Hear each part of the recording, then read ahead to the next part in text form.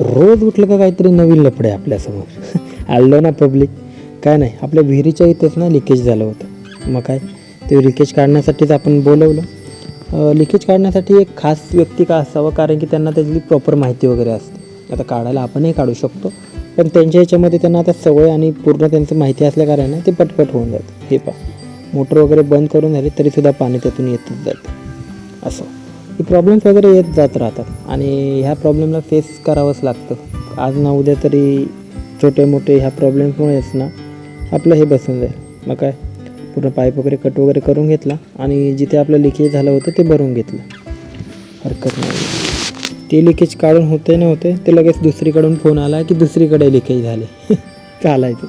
तिकडे लिकेज झालं होतं म्हणजे तिकडे ॲक्च्युली त्यांच्या ना शेतात जाण्यासाठी रस्त्याचं काम चालू होतं आणि त्याच्या खालूनच आपला ना रस्ता गेला होता. मग काय, तिथून पुन्हा आपण जाऊन पूर्ण जे आपलं पाईपलाईन होती ना ती नीट करून घेतली आणि त्याच्यावरून त्यांना गाडून वगैरे रस्ता त्यांचा करून घेतला. जाऊ दे, चला भेटूयात नंतर.